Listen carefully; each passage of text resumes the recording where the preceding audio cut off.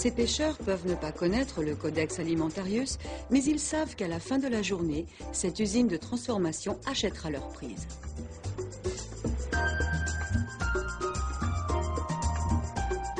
Les ouvriers de cette usine peuvent ne pas connaître le Codex Alimentarius, mais ils savent qu'ils doivent suivre des règles sanitaires strictes et qu'un laboratoire suit constamment leur travail.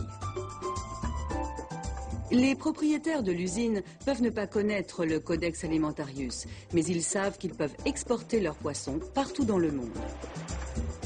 Et les clients de ce supermarché peuvent ne pas connaître le Codex Alimentarius, mais ils savent qu'ils peuvent manger ce poisson sans danger. Le Codex Alimentarius est simplement ce lien invisible dans la chaîne alimentaire qui aide à fournir un revenu aux pêcheurs et un emploi aux travailleurs de l'industrie.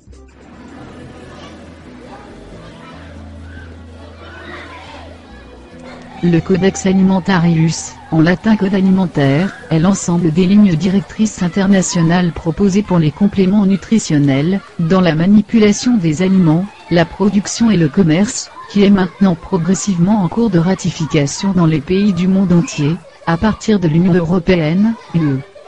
Le Codex est un projet conjoint de l'Organisation des Nations Unies, ONU, World Health Organization, WHO, et la Food Agricultural Organization, FAO. L'objet du Codex, le but fonctionnel, entre guillemets, altruiste, du Codex, est d'harmoniser la sécurité, le commerce, la fabrication et la distribution de suppléments nutritionnels, et d'aider à sauver le monde. La vérité, c'est que le Codex est un pas de plus, vers la tyrannie totale de santé. Le Codex est composé de milliers de normes et lignes directrices. L'une d'elles, la vitamine et mineral orientation, VMG, est conçue pour ne permettre que de très faibles doses de vitamines et de minéraux, essentiellement pour rendre les suppléments nutritionnels illégaux. La vitamine C, par exemple, à tout dosage de plus de 200 mg par jour sera illégale. 1 gramme de vitamine C sera une substance illégale. La dose de la coenzyme Q10, qui a été démontrée à résoudre le cancer du sein chez certaines patientes, 400 mg par jour, sera interdit parce que la coenzyme Q10 sera totalement illégale à n'importe quelle dose, à la suite de la directive européenne sur les suppléments nutritionnels. Uniquement un nombre limité d'éléments nutritifs sera autorisé, mais les limites maximales supérieures ont été mises si bas qu'ils n'auront que peu ou aucun impact clinique pour nous garder en bonne santé, et ne permettront pas du tout de nous faire revenir à un état de santé correct si nous sommes malades. Et ceux qui sont disponibles, le seront à un prix exorbitant. Bien que l'ordre du jour ésotérique des médias soit chargé de conduire la peur dans le cœur du monde en mettant l'accent sur le terrorisme et la pénurie de nourriture, les menaces de privation réelle sont secrètement occultées, et pourraient bien devenir une réalité. Il est fort possible que, dans un avenir très proche, presque chaque substance simple que vous mangez ou buvez soit réglementée par le Codex. La nutrition est-elle dangereuse? La nutrition n'est pas pertinente pour la santé. Oui, le gars d'en haut, de la politique pour le Codex nutritionnel, a publiquement déclaré que la nutrition n'est pas pertinente pour la santé. Aussi fou que cela puisse être, a effectivement déclaré le Dr Grosclus, que les nutriments sont des toxines en 1994. Il estime que la nutrition ne joue aucun rôle dans la santé. Sinon, les herbes sont-elles dangereuses? Le Codex stipule également dans quelles conditions doivent être traitées les herbes, et comment les utiliser. Quelques-unes seulement, dans des conditions mineures pourront être traitées et utilisées par exemple comme des fines herbes. Traiter avec d'autres herbes que celles décrites, dans d'autres conditions, ou utiliser des remèdes à base de plantes, constituera un crime. Le Codex définit comme admissible des limites supérieures de résidus de pesticides, des produits chimiques toxiques dans l'environnement, les hormones dans les aliments, et d'autres contaminants de l'environnement, comme les pesticides qui sont de nombreuses fois supérieurs au niveau préconisé par les groupes de lobbying de l'industrie chimique. Les niveaux actuels de toxicité sont déjà responsables de la plupart des cancers, de la maladie cardiaque, de l'autisme, des maladies chroniques dégénératives, et des dysfonctionnements d'organes qui tuent des gens, avec une augmentation de ces taux dans le monde. Rendre admissible des niveaux toxiques supérieurs, cela permettra d'accélérer cette tendance destructrice dans le monde entier. La Convention de Stockholm, signé par 176 pays, dont les États-Unis, invite les signataires à éliminer dans le monde 12 des plus dangereux polluants organiques persistants, POP. Le codex autorise 7 des 12 sous-entendus POP, tueurs, à être utilisés dans la production d'aliments. C'est insensé. Alimentation nucléaire obligatoire et aliments OGM secrets, le codex rend l'irradiation des aliments juridiquement légale et même requise dans certaines circonstances.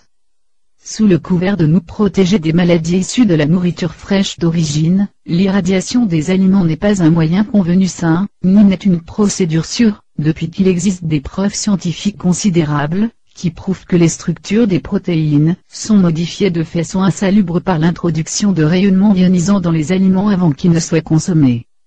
Le codex rend l'utilisation d'OGM non étiquetés, organismes génétiquement modifiés, juridiquement légal dans tous les aliments en toutes circonstances. De nombreux OGM ont été génétiquement modifiés de telle sorte que les graines ne germeront pas, sans l'utilisation de pesticides spécifiques.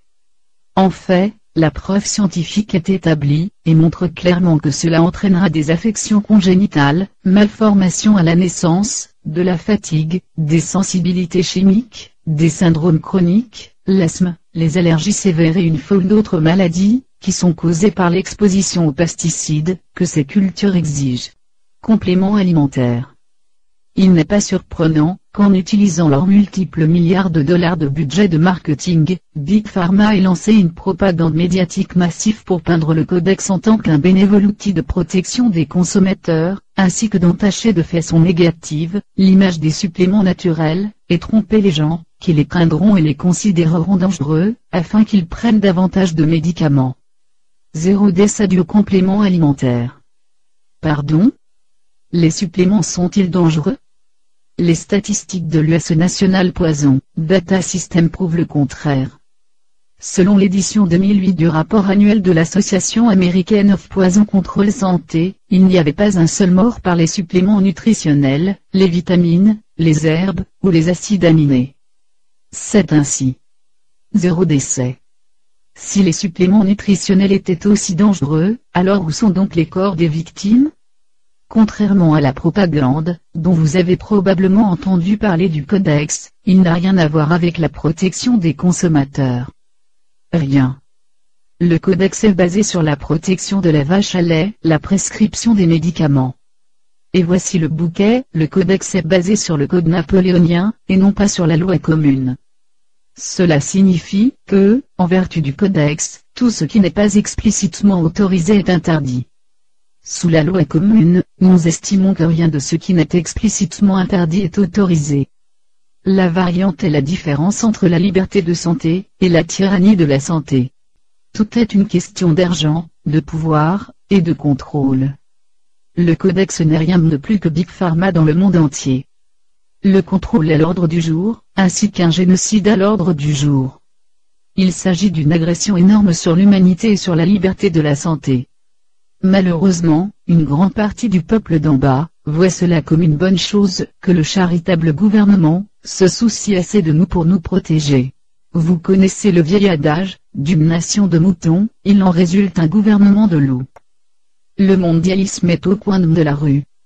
Nous sommes confrontés à un avenir effrayant, pour ne pas mentionner le fait que les enfants nés après 1990, n'ont aucune idée de ce qu'est leur nourriture, l'eau, les vaccinations, ou n'importe quoi d'autre.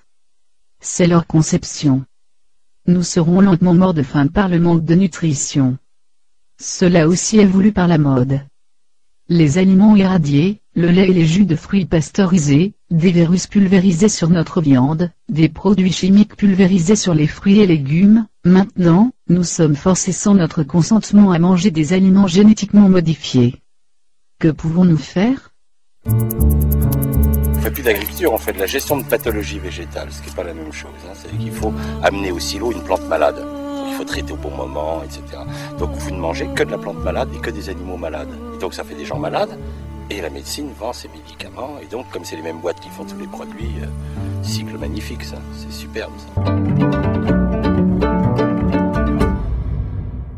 Deliver, and it is in tens of thousands of products. We can say no, we can stand up, but if you've got a neighbor giving fluoride water to their baby, please go over and warn them. If you got a neighbor that's sitting there eating MSG-filled chips, one after the other, warn them. You've got a responsibility. If you know people that are feeding processed foods filled with GMO, warn them. And for God's sakes, don't give it to your own children. If you want to kill yourself, that's your own business. But don't hurt your children. Don't do this, ladies and gentlemen. Après l'ère industrielle, chez nous, il y a eu les grands procès et les boycotts. Les procès? Tous les gens qui fabriquaient des produits nocifs contre la santé des humains, des animaux et des plantes ont été jugés coupables de génocide et de crimes contre la planète. Ah oui? Qui? L'industrie agroalimentaire et chimique, les fabricants d'armes de tabac et d'alcool, les industries pharmaceutiques et nucléaires, les constructeurs d'automobiles, les architectes, beaucoup de médecins et les politiciens qui s'étaient enrichis en laissant faire. Ça fait du monde, hein? Ah, c'était la guerre civile. Et après, il y a eu le boycott. Le boycott? Tout ce qui était mauvais pour la vie, on l'achetait plus ou on le jetait. C'était l'arme absolue. Plus d'achat, plus de pouvoir. L'armée et la police pouvaient rien contre le boycott.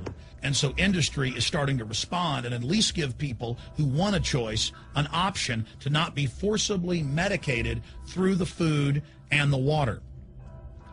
You know cigarettes are bad for you, but just 20 years ago, the cigarette makers were getting up before Congress and saying it was a conspiracy theory that it was killing people. And then later it came out in their internal documents, they knew it was deadly. Ladies and gentlemen, I've seen the studies. Much of what they're putting in our food and water is far worse than even cigarettes, as bad as they are, one of the biggest killers in this country. This is a covert, soft kill operation. We'll put a lot of links beneath this video so you can check out the facts for yourself. And I'm just begging you to do your own research and find out that one of the most dangerous places in the world is your grocery store and the tap water in your house.